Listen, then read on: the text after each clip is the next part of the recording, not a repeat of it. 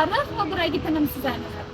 Lekin ba'zi nomlar borki, vaqt sinovdan omon qolib, asrlar osha jaranglaydi. Bugun biz nafaqat sarkarda, balki dunyo xaritasini qayta chizgan va ilm-fan homiysi bo'lgan Amir Temur haqida so'z yuritamiz. 1336-yil kech tuprog'ida tug'ilgan bu zot parchalangan dunyoni qayta birlashtirishga ahd qilgan edi. Temurning hayoti kurashlardan iborat edi. 27 ta mamlakatni birlashtirgan ulkan saltanat asoschisidir. Uning harbiy strategiyasi bugun dunyo akademiyalarida o'rganilmoqda.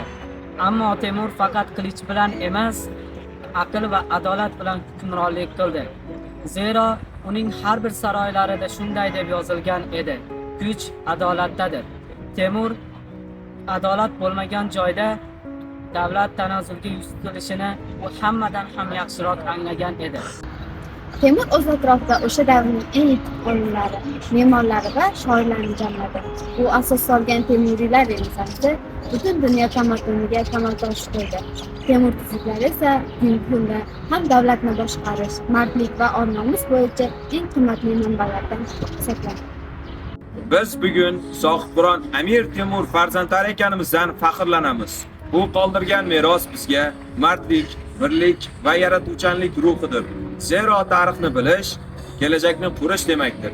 Amir Temur ruhi doimo bizni yuksak marralar sari chorlaydi.